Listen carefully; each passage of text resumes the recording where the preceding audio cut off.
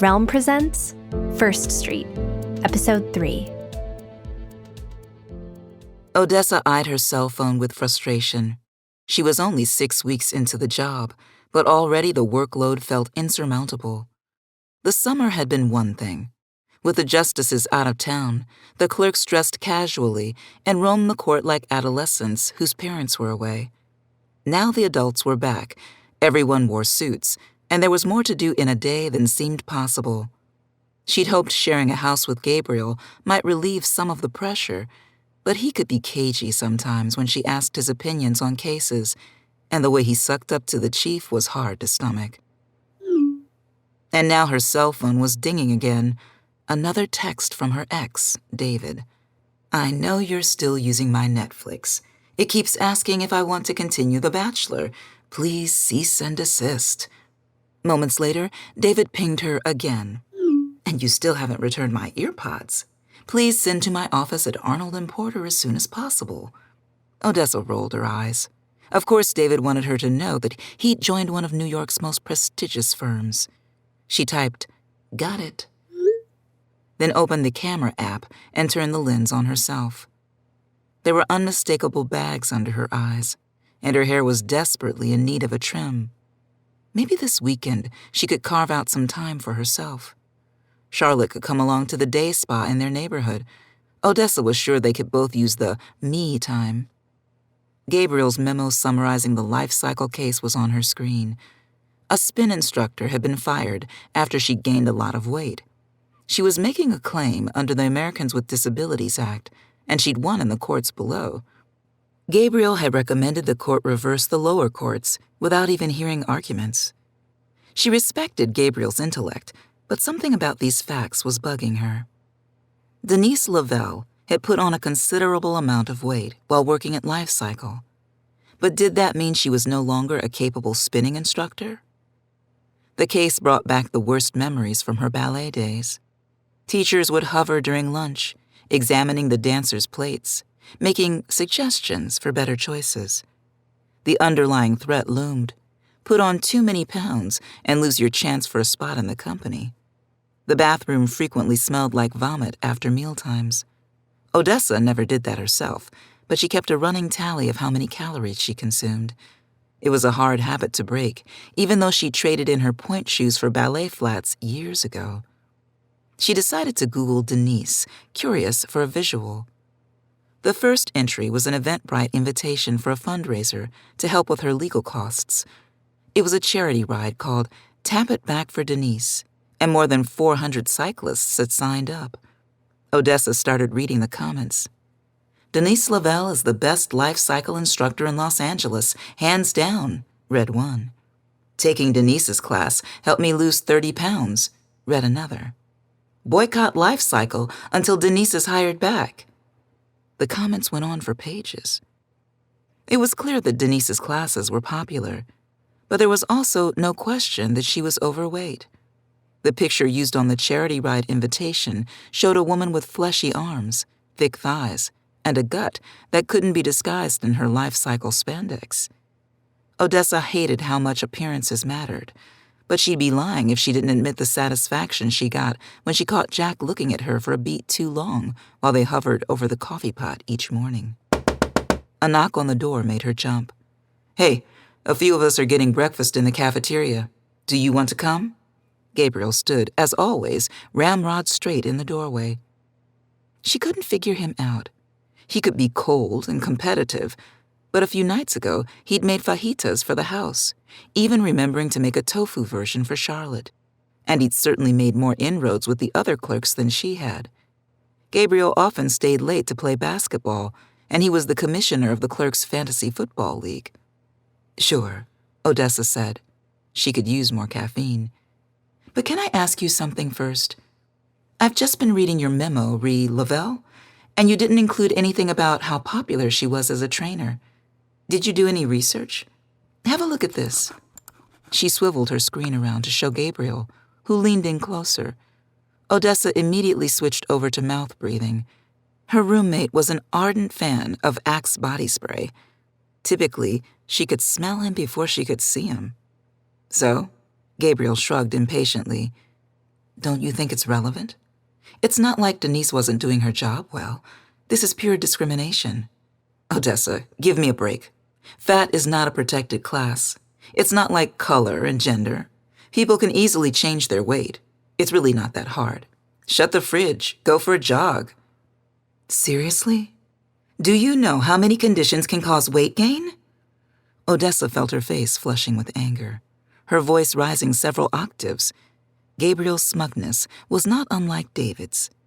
Her ex had never expressed much sympathy for her chronic pain, often saying something dismissive like, "Isn't there some painkiller you can take?" As though undoing a decade of damage to her body were as easy as popping a pill.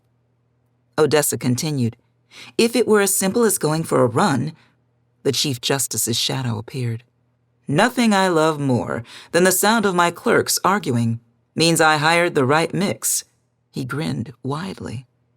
Both Odessa and Gabriel straightened their backs, startled by their boss's unexpected appearance. He was supposed to be at Sidwell Friends to watch his granddaughters play. Olivia Maxwell was playing a pumpkin in the fall spectacular. "Olivia has chicken pox, the poor thing," the chief said. "Who was talking about running when I came in? Odessa? Nothing clears my head more than a run. You've got your gear here as requested." They nodded. "Why don't you two lace up and work out your argument on the trail with me? Let's meet in 15, shall we?" "Sure, Chief," Gabriel said enthusiastically. Odessa knew Gabriel had already worked out that day. She'd seen him leave at 6 a.m., gym bag slung over his shoulder. "Sounds great," she said. She looked down hopefully at her feet, willing them to perform. Even though it would hurt, she'd channel energy for Denise. Maybe she could persuade the chief to see things her way, she thought, as she watched Gabriel launch his body into a series of ridiculous warm-up stretches. "Fitness first," Maxwell said, patting his modest stomach affectionately.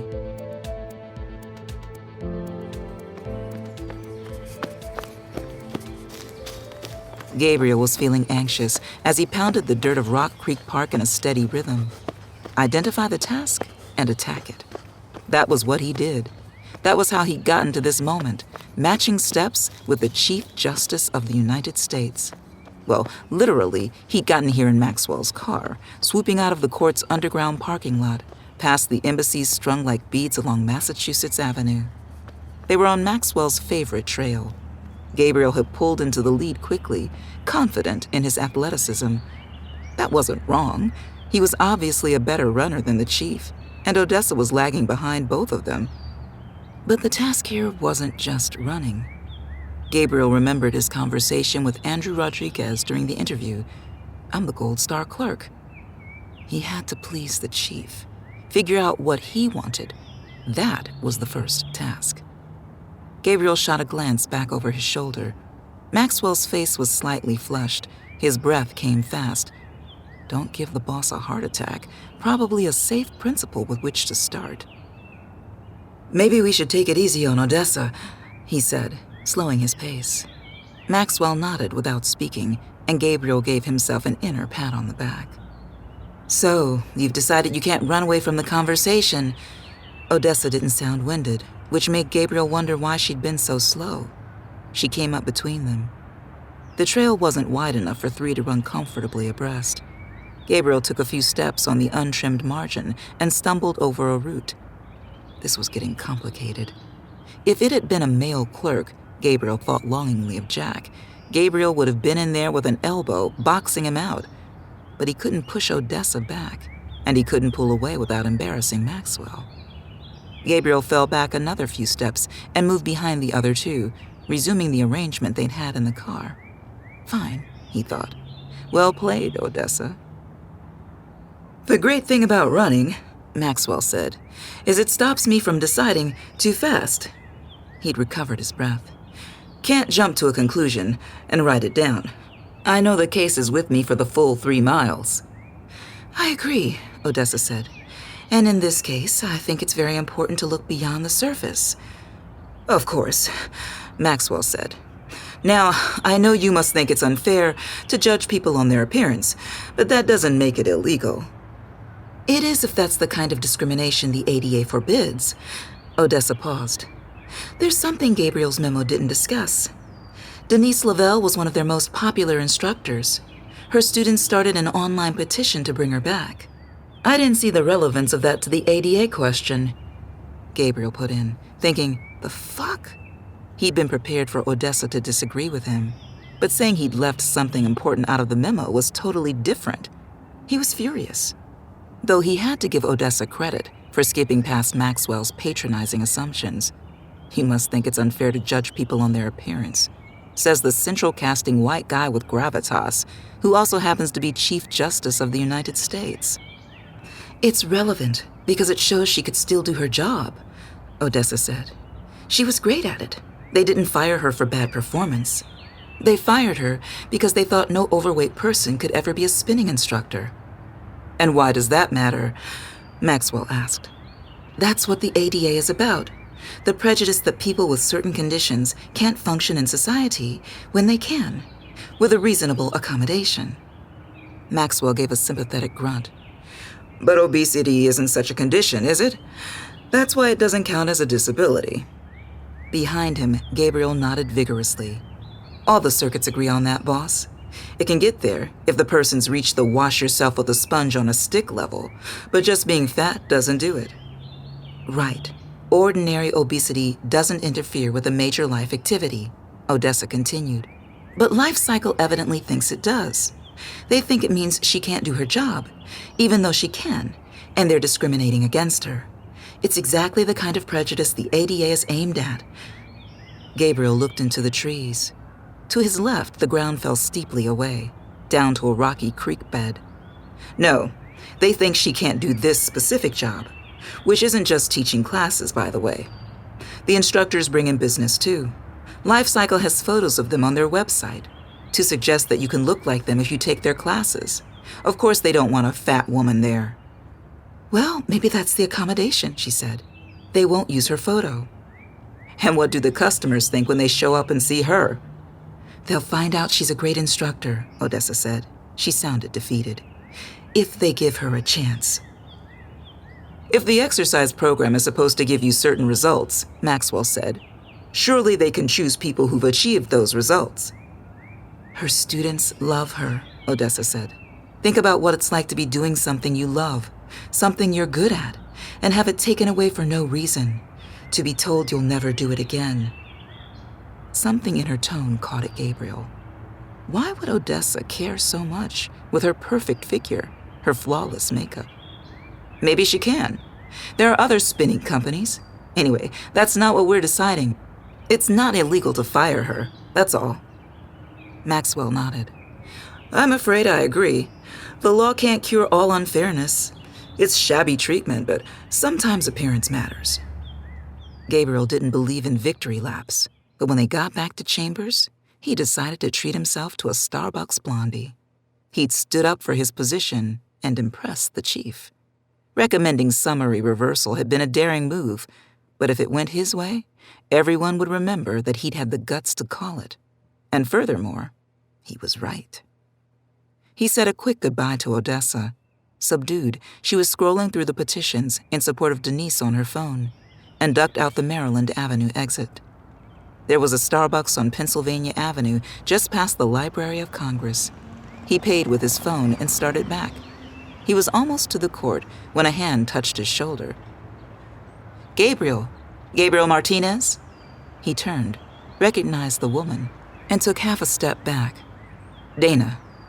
It's been a while, and you're clerking for Chief Justice Maxwell now. I am, said Gabriel carefully. Dana Jacobson had been in his class at Stanford Law. And you're writing for Under Their Robes. So cool, said Dana. She had bobbed hair and cat's eye glasses. The clerking, I mean, not the writing, although that's pretty cool too.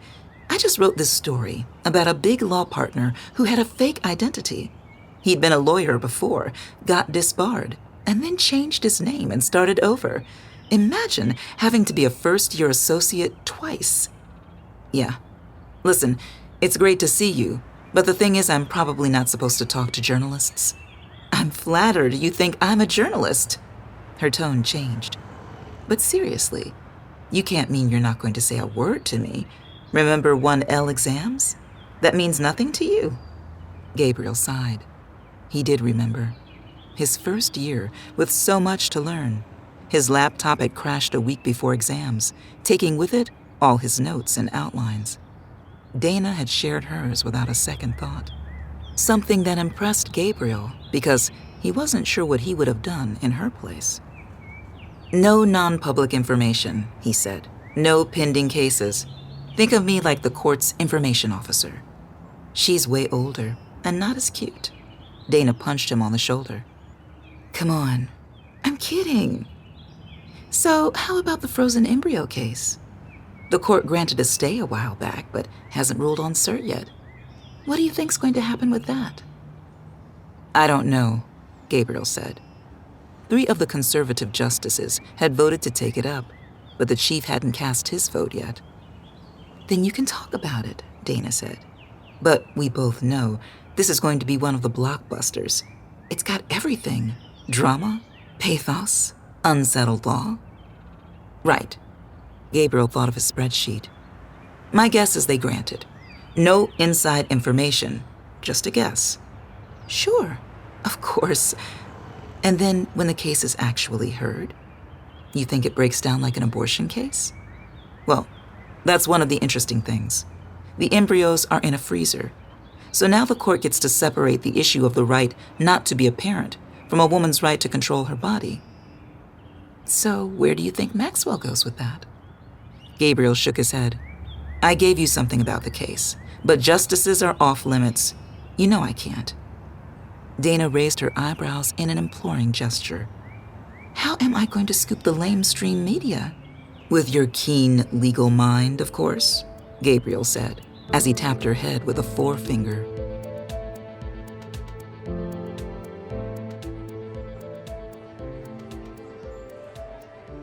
After the run, Odessa was determined to take the pulse of the other clerks about Lavelle, but chatter at lunch had been dominated by discussion of the frozen embryos and whether cert would be granted, especially after Gabriel told them his journalist friend from under their robes expected it to be one of the most closely watched cases of the year. Surely she couldn't be the only one to sympathize with Denise, though perhaps she felt the instructor's plight the most intensely. Her own body had betrayed her. She knew what it was like to have physical limitations that were beyond your control dictate your career choices. The limbs she'd pirouetted and arabesqued for a decade had quit on her, not with one dramatic exit from the stage, but with an excruciating withdrawal. It started with pain in her toes after a grueling day of rehearsing for Giselle when she was 17. The other dancers were excited to hit a dive bar that didn't card. Odessa wanted to join, but when she rose from her seat in the student lounge, she felt an intense stabbing in her left big toe. She managed to hobble up to her room without the others noticing her injury, mumbling something about needing to do laundry. Competition for a Supreme Court clerkship was nothing compared to the battle to become a principal dancer. The pain spread quickly through her body over the next few weeks. Sciatica flared and ran from her right hip to her knee. Her hamstrings seized, and even her hands felt alternately stiff or numb. She called her father, crying. "I'll be there first thing tomorrow morning. We'll get you to a doctor," he said, reassuringly.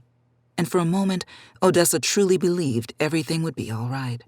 There was nothing an anti-inflammatory pill and some solid ace bandage wrapping couldn't fix. But the doctor's visit wasn't the relief she'd been counting on.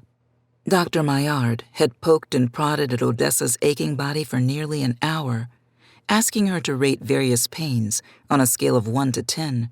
Almost everything was a 10, and sent her off for imaging and a blood test. Within 3 hours, Odessa's future as a professional dancer was over. "It's rheumatoid arthritis," Dr. Meyers said, matter-of-factly. Clearly a man used to delivering this type of news. "But you can manage it." "What about dancing?" her father asked, because Odessa was crying too much to talk. "That is up in the air, unfortunately," Dr. Meyers said. But Odessa could tell from his expression that she'd never be a prima ballerina, that she'd never move to New York or Paris or Moscow to dance. What the hell else would she do with her life? It was hard to be an overachiever when you didn't know what to achieve. Admission to Harvard, and then to Harvard Law School, quickly became her new focus. Jackson was on a parallel track, though he was aiming for medical school. Fast forward 10 years, and her physical condition was still affecting her daily life, despite the career change. The run with the chief had been excruciating, though she managed to hide the pain. How was she supposed to keep this up all year, though? She prayed for an early frost. Surely the chief would use the gym if it was cold out. Back at her desk, after an unsatisfying lunch, she picked up Gabriel's Lavelle memo and marched to Russo's chambers. She might not have made any inroads with the chief, but she suspected Susan Russo would be more sympathetic to Lavelle's plight. Russo's chambers were on the same floor as the chief's, down a long carpeted hallway where silence reigned. In the private quarters, away from the tourists, you could hear a pin drop at most times of the day. The sound of Jack's laughter rang out, piercing the quiet. Odessa found herself smiling. Her roommate's chuckle was a welcome reprieve from the solemnity. Unlike David, who was typically humorless unless he was watching the positively moronic, impractical jokers, Jack had a lightness about him. And while she wanted to resent what that meant about him, that his life had probably been smooth sailing from one pedigreed shore to another, in light of his broken engagement, she found his enduring capacity to find joy endearing. She should make an effort to laugh a bit more herself. When she got there, Jack was sailing crumpled pieces of paper into a garbage can while Charlotte held a stopwatch. 30 baskets, 60 seconds, she said, matter-of-factly. Your accuracy is improving about 5% every day. Not bad, he said, crumpling another piece of paper and aiming it toward Charlotte's face. She caught it in mid-air. I am not a terrible athlete, despite what you might expect, Charlotte said. Odessa cleared her throat to announce her arrival. Odessa, Charlotte said. I'm excited for the spa this weekend. Me too. Odessa took the empty seat opposite Charlotte's desk. It was perfectly neat. Highlighters were arranged in Roy G. Biv color order, and a line of office supplies were organized by height. I know, Charlotte said when she caught Odessa staring. It works for me. Odessa's eyes traveled to Jack's desk, which was far messier. Behind his stacks of accordion folders was a single framed photograph of Jack. All smiles and a St. Albans t-shirt with a shaggy golden retriever at his side, posed in front of a sprawling mansion with an endless lawn. He could seem like a walking cliché at times, a Vineyard Vines ad come to life. But often, Odessa was startled by Jack's depth and intelligence. Turning down the chief, for instance. That was big. I was wondering if you guys looked over Gabriel's Lavelle memo, Odessa asked. It seems to me like she might have a viable claim. Her employer perceived her as disabled, therefore she would be able to make a case under the ADA. Charlotte wound a lock of hair around her index finger. It was one of her tells that she was thinking deeply about something. Jack spoke first. I think you might be right. The case is bugging me. I hate how women are so unfairly judged on their appearance. Odessa raised a sculpted eyebrow. She wanted to believe Jack, but it was hard to swallow what he was saying. Is that right? She said, wishing she could tamp down the hostility in her voice. Yeah, totally, Jack said, oblivious. My dad used to be all up in my mom's business about what she ate. It was bullshit. People shouldn't be judged based on outer characteristics. Take me, for example. Everyone assumes I got where I am because I'm a carriage. But I did really well in college. I got a 176 on my LSAT. Would have probably gotten into Yale even if my dad and the dean hadn't been roommates at Andover. You get what I'm saying, Odessa? Why would I, exactly? She asked, folding her arms across her chest. Jack's face reddened. I just thought, you might also know how it feels for people to think you got where you are because of who you are, and it sucks. You do know that more than 70% of Americans are considered overweight or obese according to their BMI. If the courts started viewing weight as a protected class or as a disability, we might never get through our cert petitions, Charlotte said. My BMI is 22.3, in the healthy range. "You're amazing, Charlotte," Odessa said, breaking into a smile. She was grateful for her roommate's interjection. There was nothing like Charlotte spouting statistics to cool the mounting tension.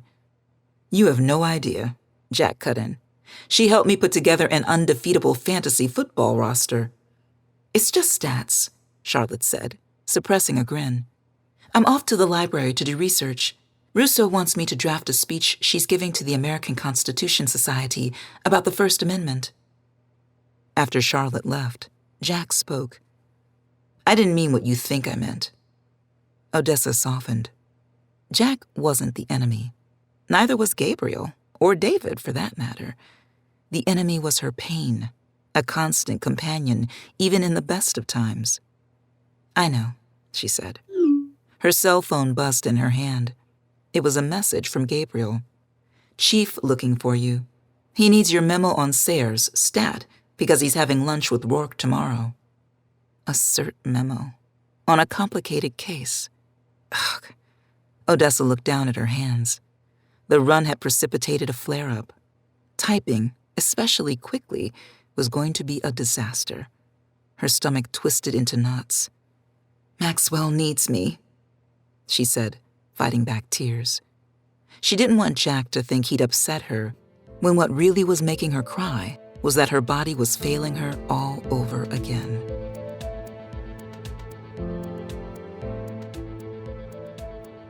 Ouch! Charlotte looked up, startled. She'd expected the court to be mostly deserted this late at night, but here she was, face to face with Odessa, who she'd just smacked into in the hallway outside Justice Mitchell's chambers. "Sorry," Charlotte stammered. Odessa smiled through a wince. "It's okay. I have 9 other toes. But you should be more careful. I'd hate to imagine what a run-in with the chief, or Rourke, would look like." "True," Charlotte said. Justice Rourke was notoriously grumpy and thudded around with a gold-headed cane. "Your foot going to be okay?" "It's more these I'm worried about," Odessa said, showing Charlotte her wrists. They were both supported by plastic splints. "What happened?" Charlotte gasped. She liked Odessa the best of her roommates. Gabriel cleaned the house with military precision, which she admired, but he took little interest in her life, other than to poke around what was happening in the Russo chambers. She'd also noticed a mysterious Excel spreadsheet on his cell phone that he closed every time she walked by. Jack was nice enough, and he was diligent about bringing her a half-calf latte with soy milk every morning, but he wasn't likely to become a friend. He hadn't even remembered that they had gone to law school together. Odessa, though, Charlotte felt like they were bonding past the superficial. "Come to my office," Odessa said. "I was looking for coffee, but I'm too late." Charlotte nodded and quickly fell into step beside Odessa. She felt like they were on an adventure, walking the hallways together in the dark. It was sad how the smallest social overtures could make her giddy. "So what are you doing here so late?" Odessa asked. "Russo is running the Newman execution," she explained. "It looks pretty straightforward, but I have to be here to coordinate with the death clerk in case anything happens, and double-check every argument they make and look for intervening changes in law." "Of course," Odessa said. "Well, it's nearly midnight, so I guess it won't be too much longer." She slid a thin gold watch from under her splint. Charlotte looked at her own wristwatch. It was made of neon orange rubber and had a huge metallic face. A fashion blogger she followed had claimed it was the accessory for the season. Next to Odessa's feminine timepiece, it looked absurd. Charlotte made a mental note to unsubscribe from the fashionista's YouTube channel. When they reached her office, Odessa motioned for Charlotte to take a seat on the worn-in leather couch opposite the clerk's desks. They were alone. The only sound came from the hum of the radiator. "So these," Odessa said, slipping the splints off her wrists. "I have severe rheumatoid arthritis. Do you know anything about it?" "It's an autoimmune disease in which the body's immune system mistakenly attacks the joints instead of attacking viruses, and—" Odessa cut her off. "I'll take that as a yes. Anyway, I was diagnosed as a teenager. Sometimes it's manageable. Other times it flares up and the pain is brutal. Unfortunately, it's in my wrists now, and Maxwell needs a memo from me by morning. And before you say it, I've tried those dictation programs. They're terrible. Once I tried saying "stare decisis," and staring at my penis appeared on the screen. "Oh my God, I have the same program," Charlotte said. "It made amicus curiae into am I bi-curious." Odessa cracked up. "I'm picturing a very horny nerd in Silicon Valley." "Don't knock nerds. We can be very useful. I type about 80 words per minute, with a very small error rate." Charlotte wiggled her fingers proudly. "I'll type for you. But you have the execution to deal with. It's almost over. I can do both." Charlotte motioned for Odessa to get up from her desk chair so she could sit down. "You're a lifesaver. The spa this weekend is my treat. What were you doing, by the way, when you stumbled into me? Looked like some heavy texting." "Oh, it's nothing," Charlotte said, fidgeting slightly. Should she explain? It would all sound silly to Odessa, probably. "Let's get started on this memo." "Didn't look like nothing," her roommate persisted. "I'm gonna be here all night. I need a distraction." Charlotte felt shy. But this was what she was supposed to be doing to make friends. Opening up. Sharing. "Oh, fine," she said, pulling her iPhone from the pocket of her black blazer and handing it to Odessa. Odessa checked the screen. "Boggle?" "Yes, Boggle," Charlotte said enthusiastically. "It's the best game. Do you play? I can challenge you." "Never played." "It's an anagramming game. You know, arts, tars, star, rats. I've been playing with Robert, your co-clerk. He's very good at it.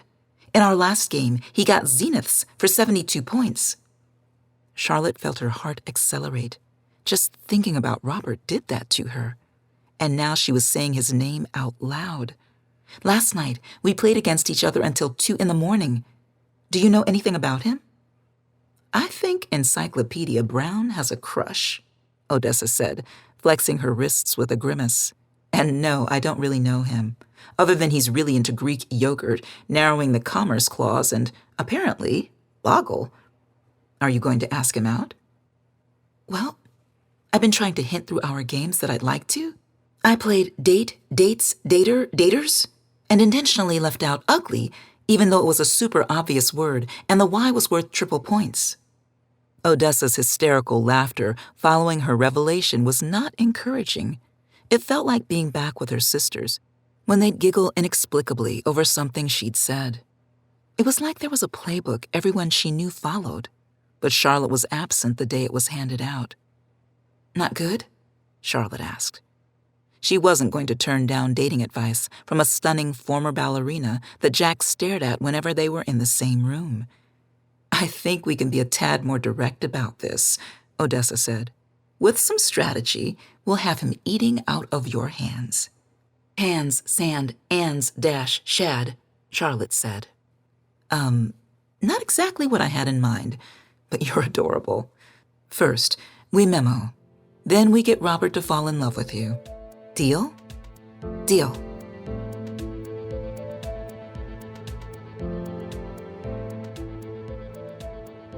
"She's waiting for you." Those weren't the first words Charlotte wanted to hear upon her arrival at the court from Justice Russo's assistant. It was 7:30. Charlotte was coming in later than usual after the night with Odessa, but that was still earlier than Russo would normally expect clerks to be available, even though they both usually arrived around 7, unless they'd scheduled a meeting. Charlotte made a mental run-through of the day's appointments, resisting the urge to pull out her day planner. She could see today's page in her mind anyway, the lines of color. A Russo meeting would be orange, the most visible, and it definitely wasn't there. "Did she ask for me a while ago?" "About 15 minutes, Jessica said, and Charlotte felt her tension ease. It must be about the First Amendment speech, just to check on her progress. Charlotte had that under control. Charlotte knocked on the door to Russo's chambers, and, hearing no response, gave it a gentle push. The door swung halfway open, making her regret it. Now what? Knock and announce. That was the rule for police. You must be invited in. That was for vampires. Russo's procedure was closer to the latter, but Jessica had said she was waiting. Charlotte poked her head into the opening. "Boss?" The justice was seated behind her desk, gazing out the window. She looked up and smiled at Charlotte. "You wanted to see me?" Charlotte asked. "I'll have a draft of the talk by the end of the day. I wanted to put in a section on the use of free speech arguments against business regulations." "Oh, it's not that," said Justice Russo. She was dressed for business, a dark blazer over a silk sheath, but the expression on her face made Charlotte think more of a grandmother than a Supreme Court justice. Not that grandmothers couldn't be Supreme Court justices, Charlotte reminded herself. "I wanted to talk about some of the cert petitions, starting with Flaherty." "The embryo case," said Charlotte. "That's a head-scratcher. On the surface, it just looks like a property dispute, which wouldn't warrant the court's attention. But then there's this Louisiana personhood law that applies to frozen embryos." "Right," said Russo. "A Louisiana statute, the only one of its kind, provided that cryogenic embryos were people, not property, and that courts should decide disputes based on the best interests of the embryos. Can states decide who counts as a person?" Charlotte searched her memory. There were cases about personhood in state law from the late 19th century, about railroads. States can create corporations, and corporations count as people under the Constitution. And we know how that's worked out. Russo frowned. "We need to be thinking 3 steps ahead. That's what they're doing." "Who?" Charlotte asked. Russo ignored the question. "The Louisiana Supreme Court decided in favor of Patricia Dunbar, the owner of the embryos. She has a right not to become a parent against her will, but what's the next step there?" "It's an argument that men can use," Charlotte said, "to say a woman has to have an abortion, or to get out of child support. But can we go the other way? Say his parents win? If a state can say an embryo in a fertility clinic is a person, they can say it's a person inside a woman's body, too. That's what's going on here. No wonder Rourke is so excited about it. No matter what we do, he wins. There has to be a way out." Russo's smile was tinged with sadness. "That's what I want you to research. But sometimes there isn't any way to win. Sometimes we have to think defensively about how to limit the damage. Which brings us to life cycle." "That one seemed easy at first," Charlotte said. "Obesity isn't a disability, but Odessa, one of the chief's clerks, had an interesting idea. She thinks firing someone because of the way they look is treating them as if they had a disability, which is what the ADA forbids. I don't think the case is clear enough for summary reversal." "But that's what I'm voting for," Justice Russo said. "Why?" "If the court reverses on the question of whether obesity is a disability, the law doesn't change. If we take the case up for full consideration, they might go farther." Charlotte felt confused. "But isn't this an issue that should be explored?" "They're not going in the right direction, Charlotte. I know you came here with ideas of improving the law. Clarifying it," Charlotte said. "There's clarity," Russo said. "And then there's justice. The last time we heard an ADA case, the court narrowed the definition of disability. Congress came back and rewrote the law to show they were wrong. But that's not going to happen again." She looked out the window, her expression softening. "Do you mean we should try to stop the court from deciding important issues?" Russo turned back. For a moment, her expression was blank. "The question is what to make of a diminished thing." "I'm sorry?" Charlotte recognized the quote from a Robert Frost poem, but felt she had lost the thread of the conversation. "This isn't the court it was. Some things go and return. Some are just lost. All you can do is hold back the night." Charlotte blinked. "No one can hold back the night." "No, of course not." Russo looked down and back up, meeting Charlotte's eyes. "But you can keep trying until the light is gone."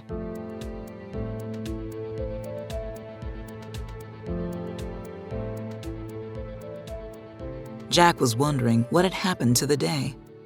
The sun was down, the court emptying out. And what did he have to show for the hours? A cert memo that should have taken him half the day to write at most. He was slow with the research and writing. Slower than Charlotte, of course. Everyone was. But slower than Odessa, he was starting to think, and maybe even Gabriel. He was good at some of the job. He could make connections that other people didn't see. That was why Russo had hired him, because of his argument that the state had already killed Marco Jimenez. But she wasn't asking him to write speeches for her, and Odessa hadn't seemed very impressed with his take on the life cycle case. And now the court had refused to even hear it. They'd voted to overturn an hour ago without hearing from the parties, with Russo agreeing with the conservatives. He hadn't seen that coming. Not that he'd come up with any good arguments to do anything different. His comments to Odessa weren't legal analysis, though, just his ham-handed attempt to sympathize with her. It had come off wrong, but there was a grain of truth in what he said. People looked at him and thought they knew him, thought they knew how he'd gotten where he was, why he was here. It was something he and Emily had connected over in the beginning. She had a famous mother, and everyone assumed she wanted to follow in her footsteps, not forge her own path. Jack felt that way too. Everyone thought he'd go into politics eventually, when it was the last thing he wanted to do. He should be over it by now. Over her. But it still hurt, hearing the same question from a voice inside him. Why are you here? Jack stuffed cert petitions into his bag. If he was slower, he could work harder. He could read these at home. He could prove himself to all of them. He could... Screw it. Who was he kidding? After a long and frustrating day, there was really only one place he was going. The First Street bar was packed. Through the crowd, he could see Odessa and Charlotte, and further back, Gabriel was making animated gestures to a blonde in a halter top. It was an easy choice. Charlotte, he thought. Chargé d'affaires.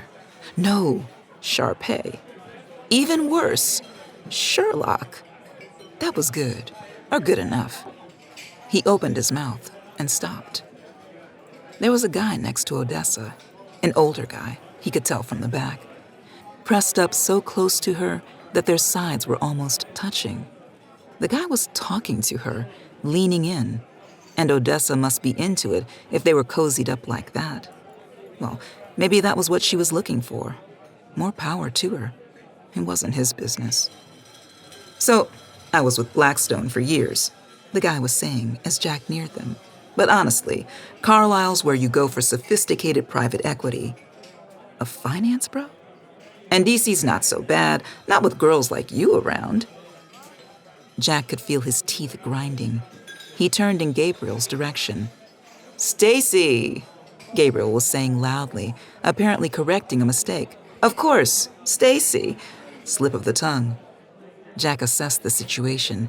Stacy's body language was attentive, but not enthusiastic.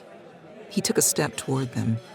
I'm afraid it's mostly confidential, Gabriel was saying. The decisions are so important that secrecy is essential, but I've got a couple of things I could show you back at my house. Sure you do, Jack thought.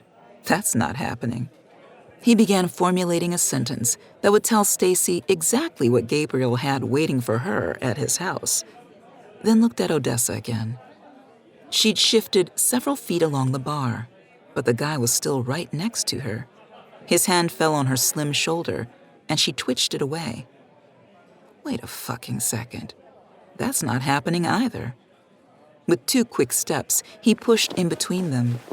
There was contact with the guy and with Odessa. Jack enjoyed them both. Oh, he said loudly, been looking for you. Jack, Odessa answered. He could see the relief on her face. Where have you been? Working late. He turned toward Odessa, giving the finance bro his back, and felt a tap on his shoulder. What is this? Carlisle guy wasn't going away. What, are you her boyfriend? Now that Jack could see his face, he liked the guy even less. He hesitated a moment. No? Then what's your deal? Why are you here? Jack opened his mouth, but nothing came out. He could feel his initiative slipping away. "Why am I here?" he repeated. "Fuck it. I'm her brother." From behind him, he heard a small snort of laughter from Odessa and a louder one from Charlotte. The guy just looked at him. "You got a problem with that?" Jack asked, leaning forward in what he hoped was a menacing way. The man frowned. "Wait a second," he said. "I know you. You're that guy. You're—" Before it could come out, Jack felt Odessa at his side. "No, you don't," she said. "You don't know him. You don't know me." She tilted her head and widened her dark brown eyes. "Now, run the fuck off." The man threw up his hands. "I was being nice to you. You don't have to be a crazy bitch about it." "Wow," said Jack, as the man receded into the crowd. "I guess you can take care of yourself." "Well," said Odessa, "statistically speaking, I'm less likely to end up dead if I say that with you next to me." "Right," Jack nodded. "Buy you a drink?" "No way," Odessa said, her smile making her truly beautiful. "After that, I'm buying you one." "Guys," Charlotte interrupted, "we should maybe think about collecting Gabriel." Jack followed her gaze. Gabriel was still talking to Stacy, or at least at her. His posture had lost its military precision, and his voice wasn't as clear, but Jack could pick up stray words. "Clerk, Chief Justice, layman's terms." Time to call this one. He walked over to them. Stacy had a bright smile on her face. "Looks like your friend's here," she said. Gabriel turned his head. "Oh, Jack." "Maybe it's time to head in, bud," Jack said. "It's been so fascinating learning about your job and the important people you know," Stacy continued. "You never asked me what I do, but let me tell you, I think I might be just what you need." Uh-oh. Jack sensed trouble ahead. Gabriel just smiled. "What?" "I'm a neurosurgery resident at Georgetown," Stacy said. "And you're definitely brain damaged if you think I'm going home with you."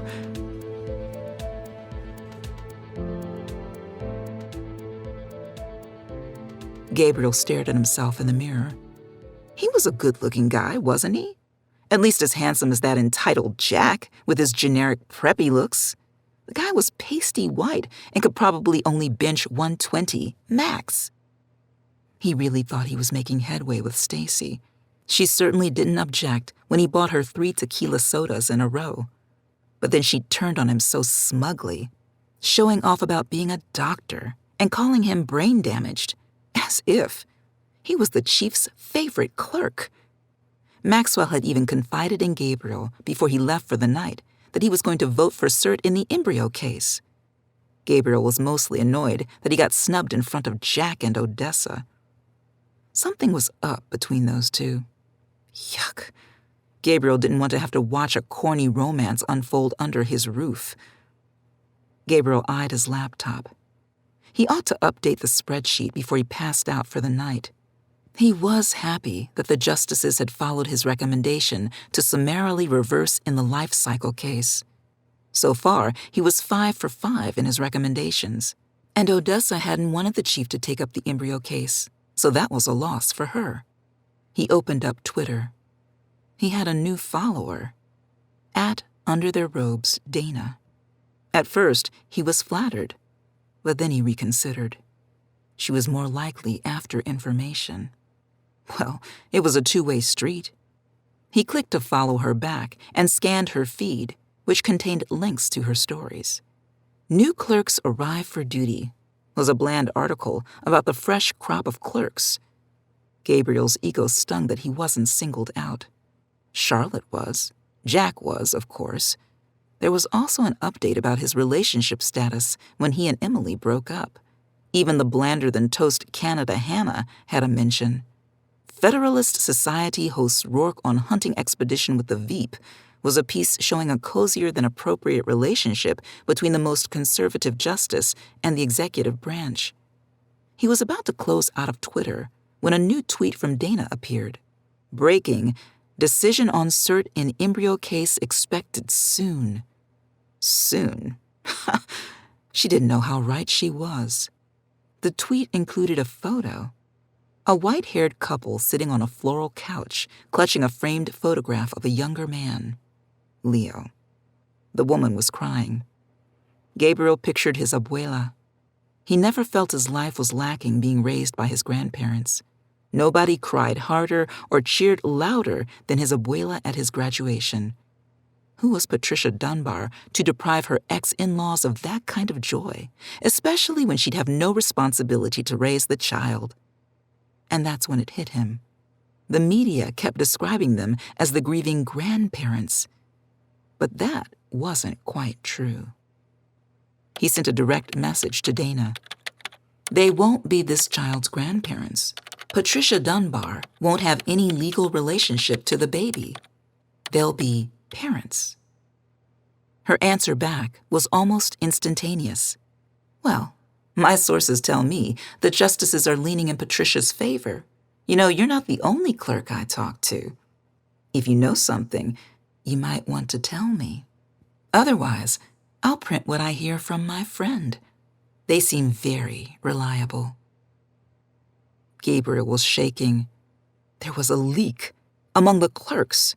One of the 36 clerks had broken the cardinal rule: never speak to the press. A passing hello, sure. What he was doing with Dana was above board. But sharing intel from behind the bench? That was grounds for immediate dismissal.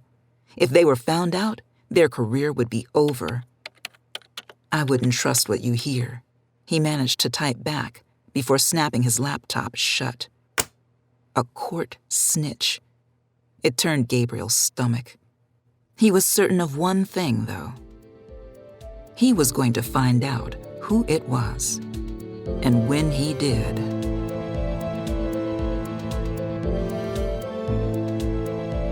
You're listening to First Street by Elyssa Friedland, starring Janina Edwards. Produced by Realm, your portal to another world. Realm, listen away.